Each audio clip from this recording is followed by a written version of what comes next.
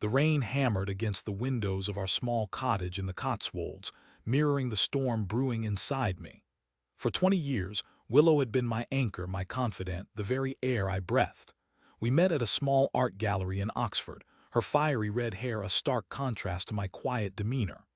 Barnaby, a simple IT specialist, was captivated instantly. She was a whirlwind of creativity, a potter with hands that could coax beauty from cold clay.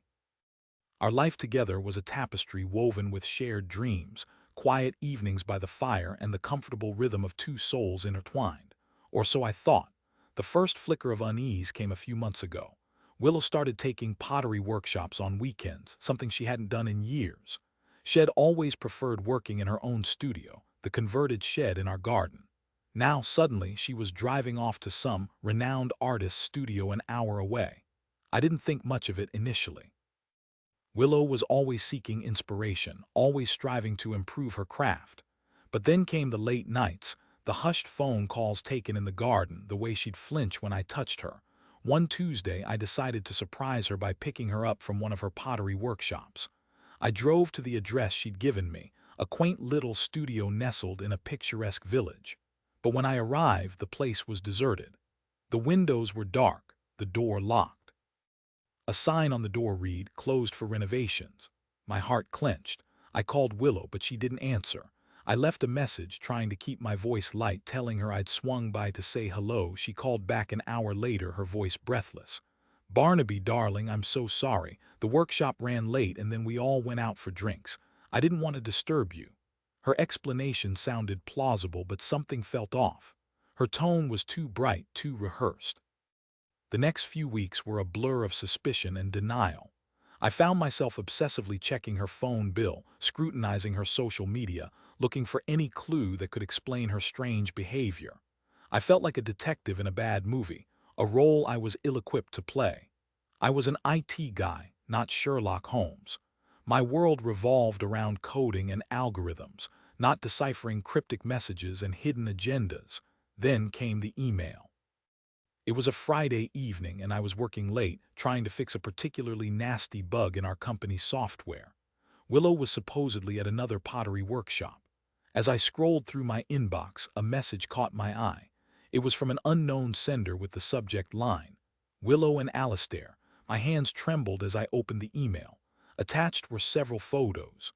Photos of Willow and a man, his arm wrapped around her waist, laughing. Photos of them kissing passionately in a park. Photos of them entering a hotel. The man was tall, handsome, with a rugged face and piercing blue eyes. He looked like he'd stepped out of a romance novel, a stark contrast to my own unassuming appearance, Alistair. The name echoed in my mind, a poisonous dart lodging itself in my heart. I didn't recognize him.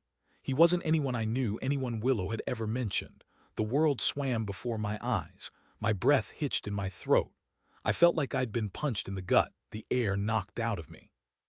20 years. 20 years of love, loyalty, and trust, shattered in an instant by a few grainy photos. I stumbled out of my office, gasping for air. The rain had stopped and the sky was a bruised purple, the color of my emotions. I drove home in a daze, my mind reeling, the images of Willow and Alistair seared into my brain. When I arrived at the cottage, Willow's car was parked in the driveway. She was home. I walked inside, my legs heavy, my heart pounding.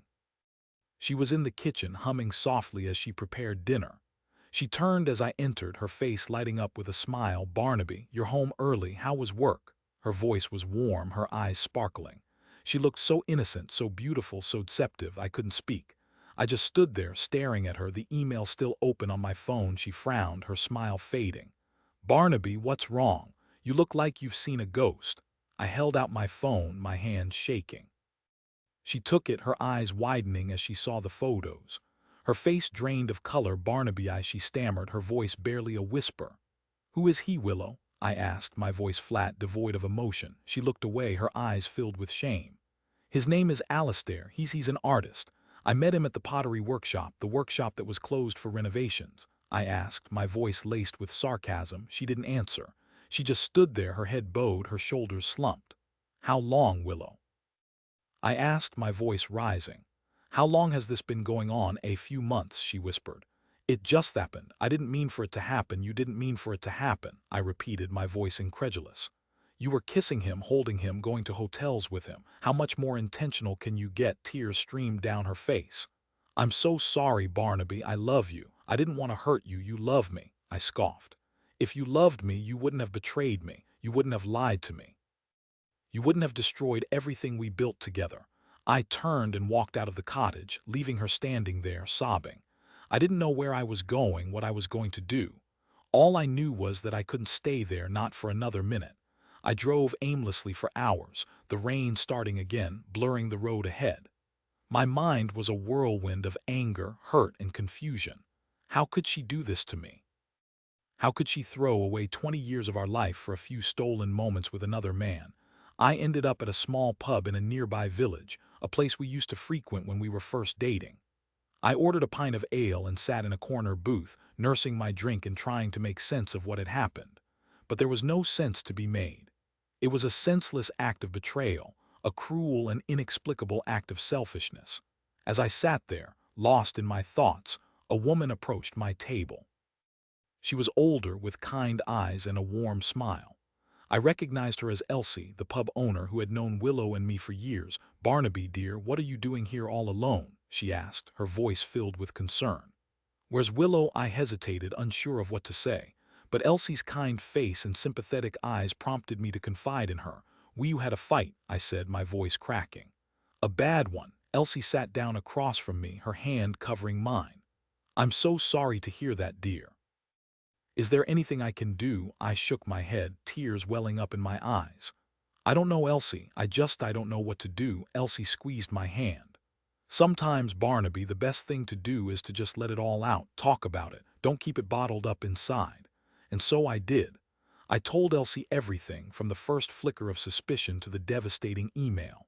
I told her about Willow's lies, her betrayal, the pain that was tearing me apart. Elsie listened patiently, her eyes filled with compassion. When I was finished, she sighed and said, "Barnaby, I'm so sorry. Willow is a lovely woman, but she's always had a restless spirit. She's always craved excitement, adventure. I always wondered if she was truly happy with a quiet life like yours." Her words stung, but they also resonated with a painful truth. Willow was always more adventurous, more outgoing than me. I was content with our quiet life, our cozy cottage, our predictable routine.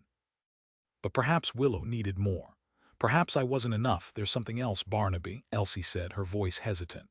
"Something I should have told you a long time ago, but I didn't want to cause trouble." My heart pounded. "What is it, Elsie?" She took a deep breath and said, "Alistair's been coming to this pub for years. He's a regular. He's Willow's ex-boyfriend. They were together before you met her." My blood ran cold. "What?" I gasped. "Willow never told me about him." "I know, dear," Elsie said. "He broke her heart years ago. She was devastated. I always thought she'd moved on, but I guess some feelings never truly die, so it wasn't just a random affair. It was a rekindling of an old flame, a betrayal that ran deeper than I could have imagined. Willow hadn't just cheated on me. She'd gone back to the man who had broken her heart, the man she had never truly forgotten. The realization hit me like a ton of bricks. I felt like a fool, a naive idiot who had been living a lie for 20 years. Willow had never truly loved me. She had just settled for me, content with my quiet devotion while secretly longing for the excitement and passion she had shared with Alistair. I finished my drink and stood up, my legs shaking. "Thank you, Elsie," I said, my voice barely audible.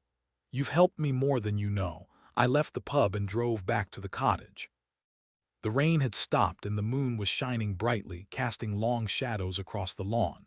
I walked inside, my heart filled with a cold, hard anger. Willow was still there, sitting on the sofa, her face buried in her hands.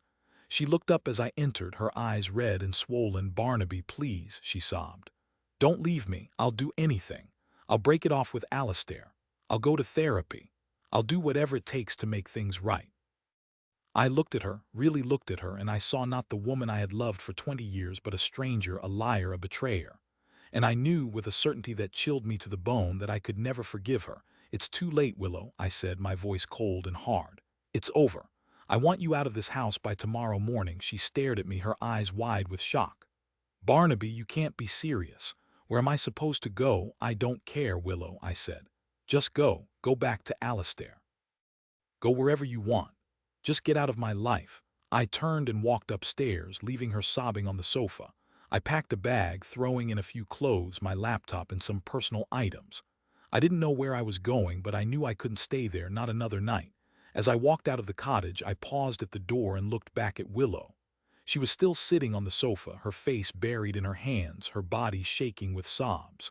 I felt a pang of sadness, a fleeting moment of regret. But it was quickly replaced by a wave of anger and resentment. I closed the door behind me and walked away, leaving Willow and 20 years of my life behind. I drove to a nearby hotel and checked in, feeling numb and exhausted. I sat on the bed, staring at the wall, trying to process everything that had happened. The next morning, I woke up with a sense of clarity I hadn't felt in months. I knew what I had to do. I couldn't stay in the Cotswolds, not with Willow and Alistair lurking around every corner. I needed a fresh start, a new life, a chance to heal and rebuild. I called my boss and told him I was quitting my job. He was surprised but understanding. He knew I had been unhappy for a while. "Barnaby, are you sure about this?" he asked. "You're a valuable asset to this company. We don't want to lose you." "I appreciate that, sir," I said. "But I need a change. I need to get away." "Well, if you ever change your mind, the door is always open," he said. "Good luck, Barnaby." I thanked him and hung up the phone. I felt a sense of liberation, a feeling that I was finally taking control of my life. I spent the next few days packing up my belongings and selling the cottage. It was a painful process, filled with memories of happier times. But I knew it was necessary. I couldn't stay there, surrounded by reminders of Willow and our shattered dreams. As I sorted through our belongings, I found a box of old photos. Photos of Willow and me, young and in love. Photos of our wedding day, our travels, our life together. I looked at those photos, and I realized that the woman in those pictures was not the woman who had betrayed me. That woman was gone, replaced by a stranger I no longer recognized. I also found a stack of letters, letters that Willow had written to Alistair before we met. They were filled with passion, longing, and declarations of undying love.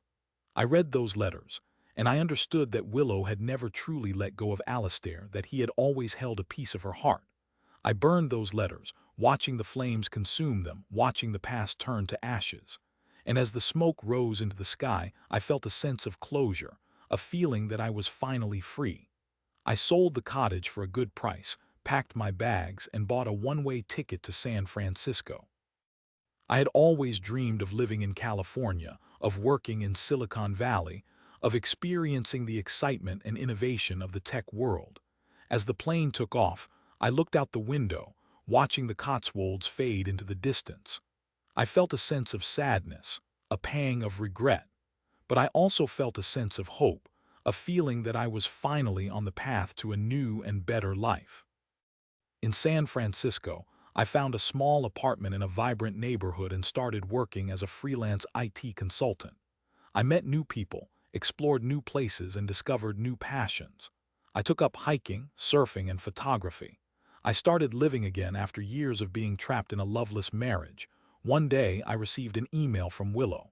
It was the first time I had heard from her since I left the Cotswolds. She said she was sorry, that she had made a mistake, that she missed me. She said she had broken up with Alistair and wanted to try again. I read her email and I felt nothing. No anger, no hurt, no sadness, just indifference. I had moved on, I had healed. I had found a new life, a new love, a new happiness. I replied to her email, my message short and to the point. "Willow, I wish you well, but it's over. I'm not coming back." I closed my laptop and walked out onto my balcony, watching the sun set over the Golden Gate Bridge. I smiled, feeling grateful for the life I had created, for the opportunities that lay ahead. I had survived betrayal, heartbreak, and loss, and I had emerged stronger, wiser, and more resilient than ever before. Years passed. I built a successful career, found a loving partner, and created a fulfilling life. I never looked back, never regretted my decision to leave Willow and the Cotswolds behind. I had learned a valuable lesson, that sometimes the greatest act of revenge is to simply move on and be happy. One day, I received a message from Elsie. She told me that Willow had passed away. She had been ill for a long time, and her health had deteriorated rapidly in recent months. Elsie said that Willow had never truly recovered from our breakup, that she had always regretted her actions. I felt a pang of sadness when I heard the news. Despite everything, Willow had been a part of my life for 20 years, but I also felt a sense of peace, a feeling that her suffering was finally over. I attended her funeral, a small gathering of friends and family. Alistair was there, looking older and more haggard than I remembered. He avoided my gaze, his face filled with shame. As I stood by her graveside, I thought about Willow, about our life together, about the choices she had made. I realized that she had been a complex and flawed woman, capable of both great love and great betrayal. And I understood that her actions were not a reflection of my worth, but of her own inner struggles. I forgave her not for her sake, but for my own. I forgave her for the lies, the betrayal, the pain. And as I walked away from her grave, I felt a sense of closure, a feeling that I was finally free from the ghosts of the past. I returned to San Francisco, to my life, to my happiness.